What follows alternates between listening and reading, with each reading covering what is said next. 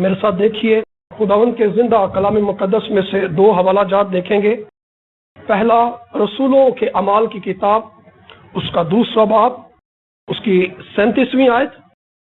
کلام مقدس میں یوں لکھا ہے، جب انہوں نے یہ سنا تو ان کے دلوں پر چوٹ لگی، اور پترس اور رسولوں اور باقی رسولوں سے کہا کہ اے بھائیو ہم کیا کریں؟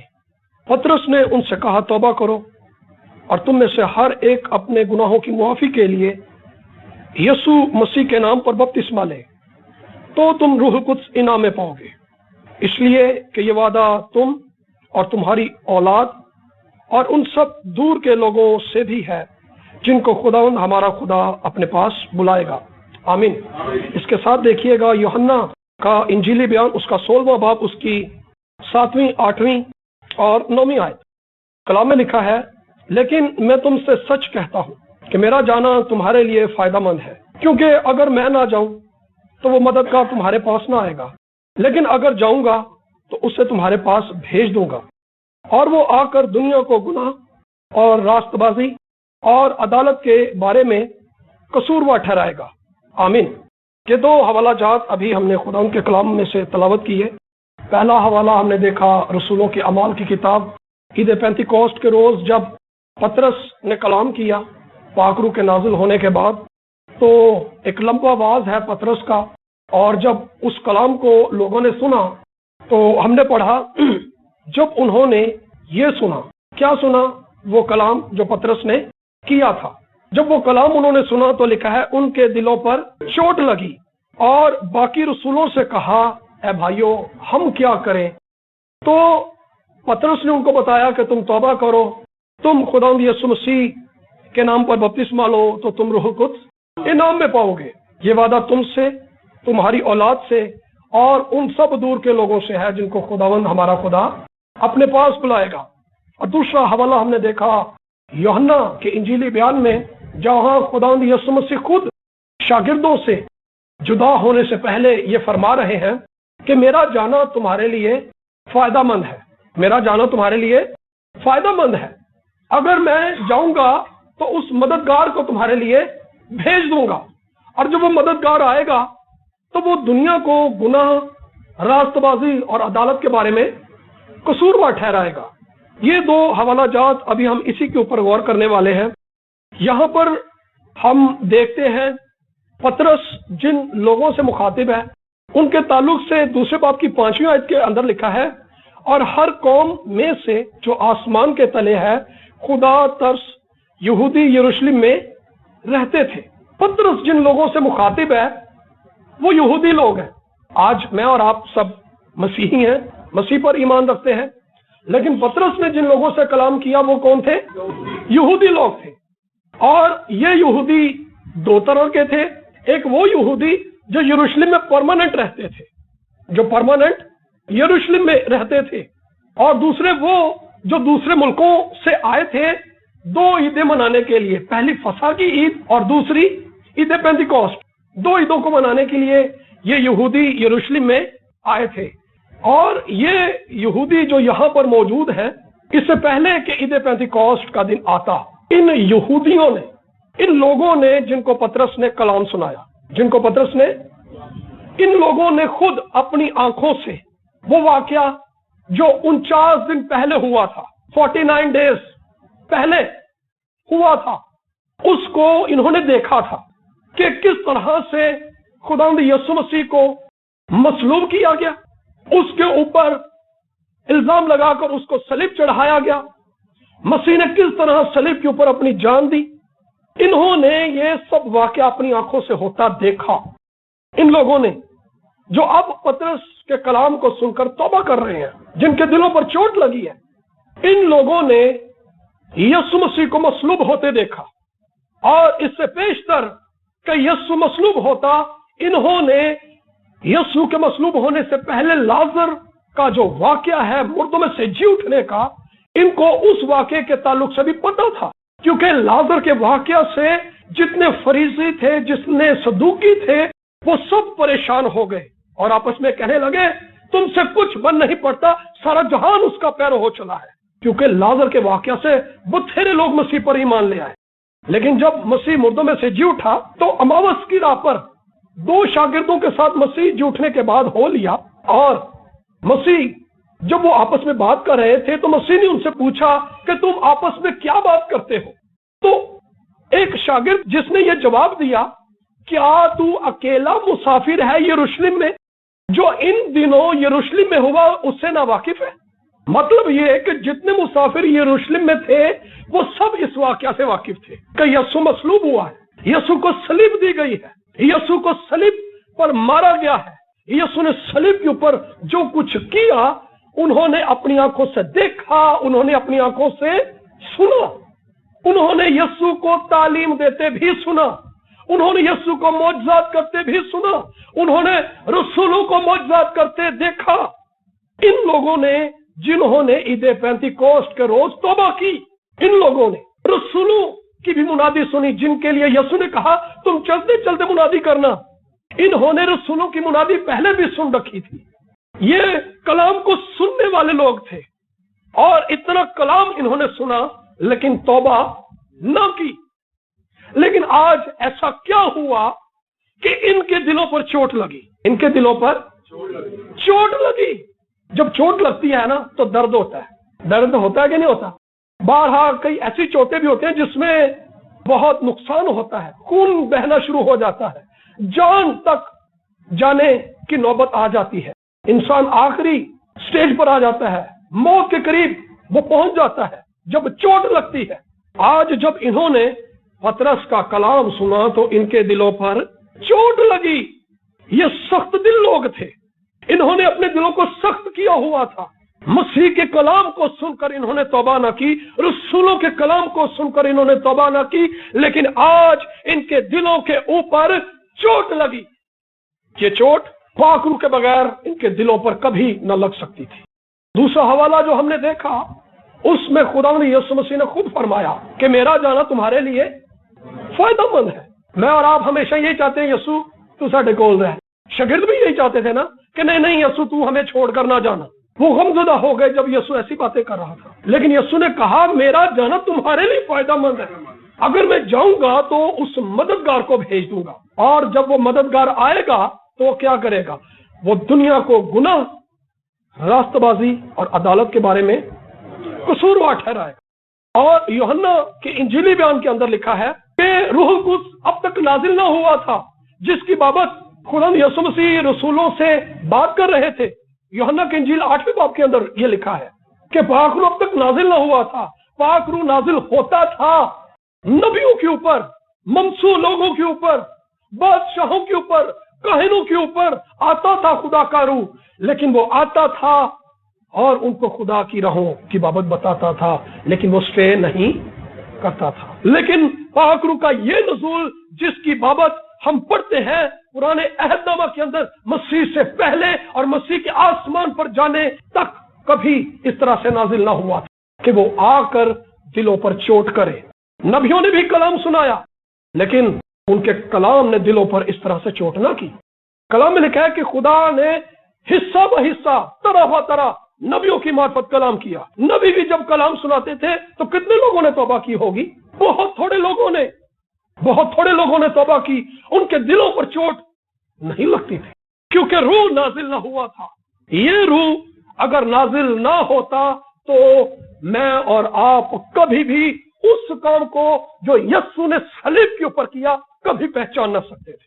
خدا نے یسوع مسیح کے تعلق سے اس سے پیش کر کے وہ پیدا ہوتے، خدا نے عدن ہی سے مسیحا کے تعلق سے نبوتوں کا ذکر کیا۔ جی، نبیوں کی معرفت خدا نے نبوتیں کی، بہت سی تمثیلیں اور عکس اور تشبیہات پرانے عہد نامہ کے اندر موجود تھیں جو پہلے سے بتائی گئیں، لیکن وہ مسیح میں آ کر پوری ہوئیں۔ ان نبوتوں میں، ان تمثیلوں میں، ان تشبیہات میں مسیح کی شخصیت، مسیح کے کردار، مسیح کے کاموں کے تعلق سے بتایا گیا۔ اسی طرح سے خدا یسوع مسیح نے خود پاک روح کی شخصیت کے تعلق سے بتایا، پاک روح کے کاموں کے تعلق سے بتایا کہ اس کی شخصیت کیسی ہے، وہ کیا کام کرے گا۔ وہ یہ کام کرے گا کہ وہ دنیا کو گناہ، راست بازی اور عدالت کے بارے میں مجرم ٹھہرائے گا۔ یہ لوگ اس طرح سے پہلے کبھی مجرم نہیں ٹھہرائے گئے تھے، ان کے دلوں پر اس طرح سے کبھی چوٹ نہیں لگی تھی، انہوں نے کبھی اس طرح سے کلام کے اوپر غور نہیں کیا تھا، لیکن جس روز پاک روح نازل ہوا ان کی آنکھیں کھل گئیں، ان کے کان کھل گئے، ان کے ذہن کھل گئے، ان کے دل کھل گئے، کیونکہ اس روز پاک روح نے ان کو مجرم ٹھہرایا، پاک روح نے ان کے گناہوں کو ان پر ظاہر کر دیا، پاک روح نے ان کی اصل حالت کو ان پر ظاہر کر دیا۔ اگر خدا کا پاک روح انسان پر اس کی اصل حالت کو ظاہر نہ کرے تو میں اور آپ کبھی بھی خود کو پہچان نہیں سکتے۔ یسوع نے جو کہا کہ پاک روح آئے گا اور وہ مجرم ٹھہرائے گا، وہ کنوکٹ کرے گا، اس لفظ کنوکٹ کے لیے جو لاطینی کا لفظ استعمال ہوا اس میں پہلی بات کنونس کرنا ہے، کنونس کرنا، قائل کرنا، اور دوسرا کنوکٹ کرنا، مجرم ٹھہرانا۔ پاک روح جب آتا ہے تو وہ پہلے قائل کرتا ہے، مجرم ٹھہراتا ہے۔ اس روز جو پاک روح نازل ہوا، پاک روح کی موجودگی میں جب انہوں نے وہ الفاظ سنے، وہ کلام سنا، وہ باتیں سنی، تو ان پر ان کی اصل حالت ظاہر ہو گئی۔ پاک روح نے ان کو قائل کیا، ان کے سخت دلوں کی چٹانوں کو توڑ دیا۔ پاک روح نے گناہ کی اصل حالت کو ان پر ظاہر کر دیا کہ گناہ کے سبب سے جو لعنت آئی، جو سزا آئی، اس کے سبب سے انسان کس چیز کا حقدار ہے؟ ابدی موت کا، خدا کے غضب کا۔ پاک روح نے اس حالت کو ان پر ظاہر کر دیا۔ جب پاک روح نے ان پر ان کی اصل حالت کو ظاہر کر دیا تو وہ چیخ اٹھے کہ ہم کیا کریں۔ میں اور آپ آج چاہتے ہیں ہمارے گھر میں وہ بھائی بہن جو خدا سے دور ہے، خدا پر ایمان لے آئے، ہم بڑا سمجھانے کی کوشش کرتے ہیں، باتوں سے، مثالوں سے، تجربے کی باتیں کرتے ہیں، لوگوں کی مثالیں دیتے ہیں، پیار سے سمجھاتے ہیں، غصے سے سمجھاتے ہیں، لیکن کیا معاملہ حل ہو جاتا ہے؟ نہیں، کبھی معاملہ حل نہیں ہوتا۔ نبی بھی آئے، نبیوں نے بھی لوگوں کو سمجھانے کی کوشش کی، کیا معاملہ حل ہو گیا؟ ہرگز نہیں۔ یہ سمجھانے کا معاملہ ہے ہی نہیں، یہ سمجھانے کی بات نہیں ہے جی، یہ سمجھانے سے سمجھ نہیں آتی۔ اگر سمجھانے سے سمجھ آتی تو یسوع کے کفارے کی ضرورت نہ تھی، یسوع کے خون بہانے کی ضرورت نہ تھی۔ یہ گناہ اس قدر سنگین ہے، یہ گناہ اس قدر ظالم ہے کہ اس نے انسان کے دل کو سخت کر دیا ہوا ہے۔ کینسر کا جو مریض ہوتا ہے نا، جب کینسر اس کے پورے بدن میں پھیل چکا ہوتا ہے نا، تو ڈاکٹر کہتے ہیں اس کینسر کو اگر ہم نے ہلایا نا تو اس بندے کی ڈیتھ ہو جائے گی۔ کیا ہوگا؟ ڈیتھ ہو جائے گی۔ کیوں؟ کیونکہ کینسر نے اپنی جڑیں اس میں مضبوط کر رکھی ہیں، گہری کر رکھی ہے، اور یہ کینسر اور بڑھ جائے گا۔ ایسا ہوتا ہے۔ اسی طرح سے وہ منادی، وہ کلام، وہ پیغامات، وہ باتیں، وہ سمجھانا جو پاک روح کے بغیر ہے، وہ گناہ کو اور بڑھا دیتا ہے، دلوں کو اور سخت کر دیتا ہے۔ جب میں اور آپ سمجھاتے ہیں، لوگ اور ہمارے مخالف ہو جاتے ہیں، لوگ اور سخت ہو جاتے ہیں، لوگ ہم سے پرہیز کرتے ہیں، اور نہیں نہیں یار اندر تو پرہیز کرو، اینے تے آگے نصیحتیں ہی کرنی ہے، اینو تے اور کوئی کام ہی کوئی نہیں۔ لوگ باغی ہو جاتے ہیں۔ کیوں؟ کیونکہ گناہ زندگی کو اور سخت کر دیتا ہے۔ ڈاکٹرز ایسے مریض کو ہاتھ نہیں ڈالتے، وہ کہتے ہیں جتنی اس کی زندگی ہے اس کو جینے دے اس کی زندگی۔ لیکن پاک روح وہ ڈاکٹر ہے جو ہر طرح کے کینسر کو اس کی جڑوں سمیت اکھاڑ دیتا ہے۔ ہیلیلویا! یہ کام فقط پاک روح کر سکتا ہے۔ وہ اس کی جڑوں کو کھوکھلا کر دیتا ہے، کمزور کر دیتا ہے، انسان کو اس کی اصل حالت پر مائل کر لیتا ہے، انسان کو بڑے پیار سے وہ قائل کرتا ہے، بڑے پیار سے۔ میں اور آپ جن باتوں کو بڑے بڑے طریقوں سے نہیں نہ مان پاتے، جب خدا کی حضوری میں بیٹھے ہوتے ہیں نا، خدا کی قدرت، خدا کا پاک روح کام کر رہا ہوتا ہے، تو ہم اپنے دل ہی دل میں اپنی باتوں کو، اپنے رویوں کو دیکھنا شروع کرتے ہیں۔ ہاں خداوند، واقعی یہ مجھ سے غلطی ہوئی، یہ کام مجھے نہیں کرنا چاہیے تھا، ہاں میں نے جھوٹ بولا، ہاں میں نے ریاکاری کی، ہاں میں نے بے ایمانی کی، ہاں میں نے ناانصافی کی۔ ہم اپنی اصل حالت کو دیکھنا اور پہچاننا شروع ہو جاتے ہیں۔ کس وقت؟ جب پاک روح قائل کر رہا ہوتا ہے۔ پاک روح اگر قائل نہ کرے تو اس دنیا کے اندر ایک بھی شخص مسیح کو جان نہ سکے۔ مسیح کے کفارے کے تمام کام کو پاک روح روشن کرتا ہے۔ پاک روح تاریکی کے کاموں کو روشنی میں لے آتا ہے۔ میں اور آپ چاہتے ہیں نا کہ ہمارے گھر کے لوگ بدل جائیں، ہمارے محلے دار بدل جائیں، وہ جو نشہ کرتے ہیں وہ بدل جائیں۔ اگر کسی گھر میں نشئی ہو نا تو سارا گھر اس سے بہت تنگ ہوتا ہے۔ اگر وہ شراب پیتا ہے، چوری کرتا ہے یا جوا کھیلتا ہے، تو یہ تینوں طرح کے جو نشے ہیں نا گھر کو برباد کر دیتے ہیں۔ شرابی جو ہے وہ لڑائی جھگڑا کرتا ہے، مار کٹائی کرتا ہے، گالی گفتار کرتا ہے اور لوگ تنگ ہوتے ہیں اس سے۔ اور جو جوا کھیلنے والے ہیں وہ گھر کی چیزوں کو بیچ دیتے ہیں، نہیں پتا کہ ماں بیمار ہے، بیٹی بیمار ہے، بیٹا بیمار ہے، وہ دوائی کے پیسے بھی چوری کر کے لے جاتے ہیں۔ وہ اپنے نشوں کے اندر، اپنے جوؤں کے اندر، برے کاموں کے اندر ان چیزوں کو استعمال کرتے ہیں، اور ہمارا دل ٹوٹتا ہے، ہم روتے ہیں، چلاتے ہیں کہ اس شخص نے ہماری زندگی خراب کر دی، اس شخص کی وجہ سے ہمارے گھر کے اندر اطمینان نہیں ہے، اس شخص کی وجہ سے ہماری زندگی برباد ہو گئی ہے، ہماری زندگی کے اندر سکون نہیں ہے۔ ہم اپنے گھر کے اندر، اپنے علاقے کے اندر، اپنے شہر کے اندر، اپنے ملک کے اندر تبدیلی دیکھنا چاہتے ہیں، ہم لوگوں کو بدلتے ہوئے دیکھنا چاہتے ہیں، ہم خود کو بدلتے ہوئے دیکھنا چاہتے ہیں، لیکن یہ کبھی نہیں ہو سکتا اس وقت تک جب تک ہم پاک روح کے طالب نہ ہوں، جب تک ہم خدا کے حضور اس روح کو نہ مانگے، اس روح کے لیے منت آہوزاری نہ کرے، اس کو نہ پکارے، کیونکہ یسوع نے کہا تھا کہ یہ روح آئے گا نا تو یہ مجرم ٹھہرائے گا۔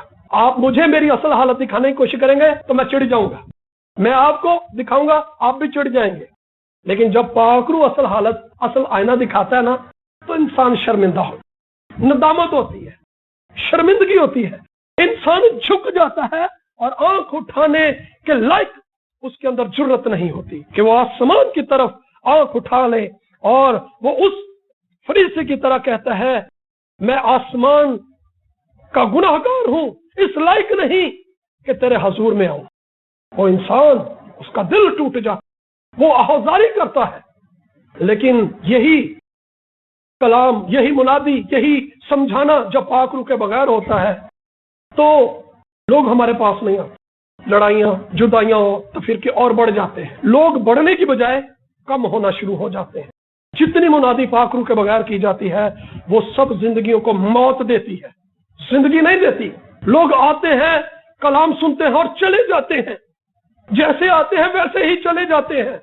وہ تھوڑی دیر کے لیے محظوظ ہوتے ہیں، تھوڑی دیر کے لیے کلام سے خوش ہوتے ہیں، لیکن وہ کلام ان کے دلوں کو جھنجھوڑتا نہیں اس طرح سے، وہ کلام ان کو الٹ پلٹ نہیں کرتا اس طرح سے، وہ کلام ان کو گرفت نہیں کرتا اس طرح سے۔ کیوں؟ کیونکہ وہ پاک روح کے بغیر ہے، کہ وہ پاک روح کے بغیر۔ پچھلے دنوں خدا نے میری اس بات کے لیے رہنمائی کی سنڈے کے روز کہ میں بخت سنگھ کی کتاب کو دوبارہ پڑھوں۔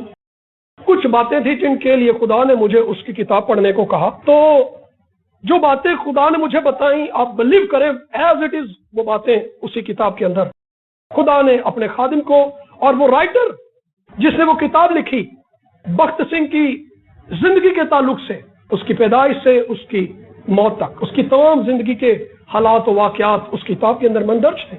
تو خدا نے مجھے اس شخص کو میرے لیے ہائی لائٹ کیا کہ پہلی بات کہ تو نے اس شخص کو دیکھنا ہے کہ یہ شخص جس دور میں منادی کر رہا ہے نا، اس کے دور کے حالات نارمل نہیں تھے، اس کی زندگی کے حالات نارمل نہیں تھے۔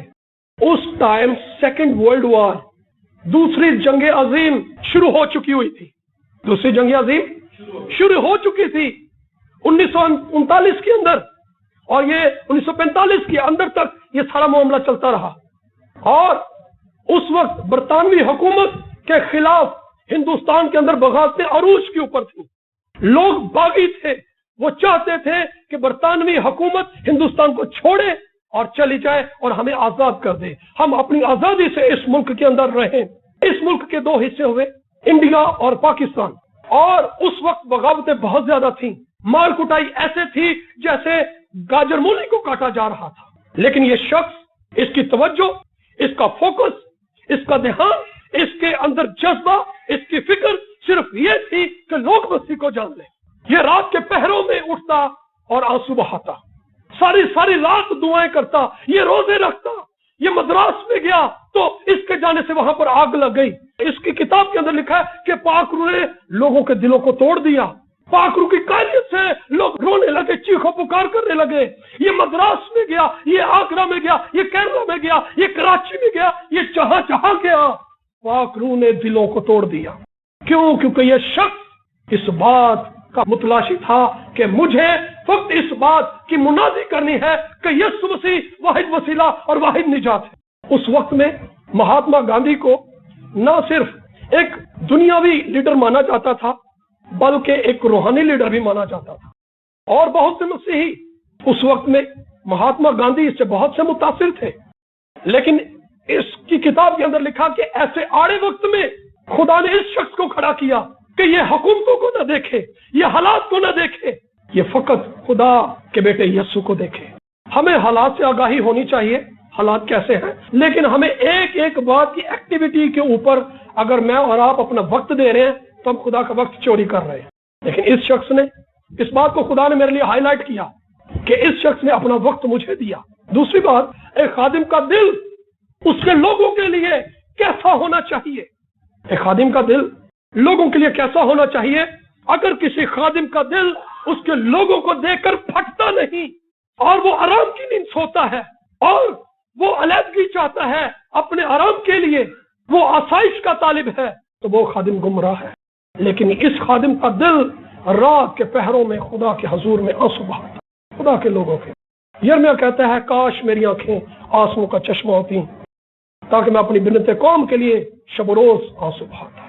کسی خادم کو، ایک ایماندار کو جو مسیح کی پہچان رکھتا ہے، اس کا دل لوگوں کے لیے پھٹنا چاہیے۔ ان کو سمجھانے کی بجائے خدا کے حضور میں گریہ زاری کرنی چاہیے۔ ان پر الزام لگانے کی بجائے، ان کو مجرم ٹھہرانے کی بجائے خدا کو کہنا چاہیے۔ جتنے لوگوں نے بخت سنگھ کو چیلنج دیا کہ تو یہاں سے چلا جا، بڑے آئے۔ جب یہ ماٹن پور میں گیا تو وہاں لوگ حقہ پی رہے تھے، بوڑھے لوگ، جوان لوگ وہاں پر بیٹھے، تو انہوں نے کہا تو یہاں کیا کرنے آیا؟ اس نے کہا دعا کرنے۔ انہوں نے کہا جا کاکا جا، ایسے بتھیرے آئے نے، لیکن یہ شخص ساری رات وہاں پر دعا میں بیٹھا رہا۔ اس نے اس بات کا چیلنج لیا، اور جب اس نے آخری پیغام وہاں پر دیا، ایک شخص اٹھ کر آیا، وہ اس طرح لوٹ پوٹ ہونے لگا کہ جیسے بچھو نے اس کو کاٹ دیا۔ وہ چیخو پکار کرنے لگا، وہ اپنے گناہوں پر ماتم کرنے لگا، وہ رونے لگا کہ مجھے خدا معاف کر دے۔ اور دیکھتے ہی دیکھتے جتنے لوگ وہاں پر تھے وہ خاک اور راکھ میں بیٹھ کر توبہ کرنے لگے۔ آمین۔ کیوں؟ کیونکہ یہ شخص خدا کے حضور میں بیٹھا۔ اگر میں اور آپ چاہتے ہیں ہمارے گھر کے لوگ تبدیل ہو جائیں، ہماری کلیسیا کے لوگ تبدیل ہو جائیں، ہمارے زمانے کے لوگ تبدیل ہو جائیں، تو ہمیں ان کے لیے خدا کے حضور میں خدا کا طالب ہونے کی ضرورت ہے۔ تیسری بات کہ خدا نے اور بھی بہت سی باتوں کو میرے لیے اس کی کتاب میں ہائی لائٹ کیا۔ تیسری بات وہ یہ کہ تو دوسروں کو مجرم ٹھہرانا چھوڑ دے۔ بخت سنگھ نے بھی اپنے پیغامات کے اندر دوسرے خادموں کو مجرم ٹھہرانا شروع کیا۔ خدا اس سے ہم کلام ہوا، اس نے کہا تو کون ہے جو ان کو مجرم ٹھہراتا ہے؟ اگر تو یہ خود ذمہ داری نہیں لے سکتا، تیرے پاس کوئی حق نہیں کہ تو کسی کو مجرم ٹھہرائے۔ پچھلے سال 26 دسمبر کو خدا نے مجھ سے کلام کیا، اور اس سے پیشتر خدا نے پچھلے سال جون 12 کو خدا نے مجھ سے کلام کیا کہ اگر میں لوگوں کو مجرم ٹھہراؤں گا، اگر میں لوگوں کے اوپر الزام لگاؤں گا تو میں کون ہوں؟ میری کیا اوقات ہے کہ میں لوگوں کو مجرم ٹھہراؤں کہ وہ یہ کر رہا ہے، وہ یہ کر رہا ہے، وہ اس کو اس طرح سے نہیں، اس طرح سے کرنا چاہیے۔ اگر تو خود نمونہ نہیں بن سکتا تو ہٹ جا یہاں سے۔ یہ بات خدا نے مجھے اسی طرح سے کہی۔ میں نے خداوند کے حضور خود کو سبمٹ کیا کہ خداوند میں کسی سے تبدیلی کی توقع نہیں کروں گا، یہ نہیں کہ مایوس ہو کر، بلکہ اس لیے کہ میں ان کے لیے نمونہ ٹھہروں، میں اپنے آپ کو خدا کے حضور میں دے دوں، دعا کے لیے، کلام کے لیے۔ ایک کلام بھائی وسیم یہاں پر موجود ہیں، اسی سال 3 مہینے کی 13 تاریخ کو ان کے گھر میں عبادت ہوئی۔ تبدیلی ایک شخص کے وسیلہ سے میں نے پیغام سنایا، اور وہ پیغام اسی روح کے سبب سے، جس کے سبب سے خدا نے مجھ سے کلام کیا، مجھے قائل کیا کہ مجھے ہر روز اپنے آپ کو اس کے حضور میں سرنڈر کرنا ہے۔ بہت سی باتیں اس گزرے وقت کے اندر میری زندگی میں آئیں، لیکن خدا نے مجھے توڑا کہ تو کوئی قدم نہیں اٹھائے گا، تو خاموش رہے گا، بلکہ اس کی بجائے تو دعا کر۔ میں نے ان سب باتوں کے لیے خدا کے حضور میں آنسو بہائے، رویا، چلایا، اور کہا کہ خدا میں کسی بات کے لیے کوئی قدم نہیں اٹھاؤں گا۔ بخت سنگھ نے بھی اپنے پیغامات کے اندر اسی طرح سے مجرم ٹھہرانا شروع کیا، لیکن خدا نے اس کو منع کیا کہ یہ ذمہ داری تو خود لے، تو لوگوں کے لیے نمونہ بن، مجھے اور آپ کو نمونہ بننا ہے، ہمیں ان کو مجرم نہیں ٹھہرانا۔ وہ تسی بھی دعا کر لیا کرو، تانوں کوئی توفیق نہیں، وہ تسی گناہگار ہی رہنا ہے۔ ہم ایسے تانے دیتے ہیں، لوگ کبھی تبدیل نہیں ہوں، بلکہ ان سب باتوں کا ہم سے حساب لیا جائے۔ ہم نے کتنی دعا ان کے لیے کی، کتنے روزے ان کے لیے رکھے، کتنے خدا کے طالب ہوئے۔ اگلی بات، خدا نے مجھ پر اس بات کو آلریڈی اسی پیغام کو خدا نے پچھلے سال یہ پیغام مجھے دیا جو میں آج آپ کو سنا رہا ہوں کہ پاک روح کے بغیر کلام منادی کسی کو سمجھانا یہ سب بیکار ہے، یہ کسی کام کا نہیں۔ ہم جتنا مرضی اپنا وقت ضائع کر لیں کچھ بھی نہیں ہوگا اگر ہم وہ وقت خدا کے حضور میں بیٹھے، خدا کے طالبوں، خدا سے کہے خدا تو آ اور تو قائل کر، کیونکہ یہ پاک روح کا کام ہے۔ خدا یسوع مسیح نے خود بتایا کہ وہ آئے گا، وہ مجرم ٹھہرائے گا۔ یہ پاک روح کا کام ہے، جو خدا کا کام ہے خدا کو کرنے دے، جو ہمارا کام ہے ہم وہ کریں۔ ہمارا کام ہے ہم گھٹنے ٹیکے، ہم دعا کریں، ہم روزے رکھیں، ہم آنسو بہائیں۔ ہمارا کام نہیں کسی کو مجرم ٹھہرانا۔ اس روز پاک روح نازل ہوا تھا، یہ لوگ دعا میں بیٹھے ہوئے تھے، تب ان کے دلوں پر چوٹ لگی، ان کے دل ٹوٹ گئے۔ دل کتنے سخت تھے، رسولوں کی منادی سے نہیں بدلے، یسوع کے کلام سنانے سے نہیں بدلے، لیکن آج جب پاک روح کی موجودگی میں کلام سنایا گیا تو یہ رونے لگے۔ بخت سنگھ نے جہاں جہاں کلام سنایا لوگ چیخ پکار کے ساتھ رو رو کر آنسوں کے ساتھ منت کرتے، گڑ گڑاتے کہ خدا ہم پر رحم کر۔ کیوں؟ کیونکہ وہ کلام پاک روح کی حضوری میں سنایا گیا۔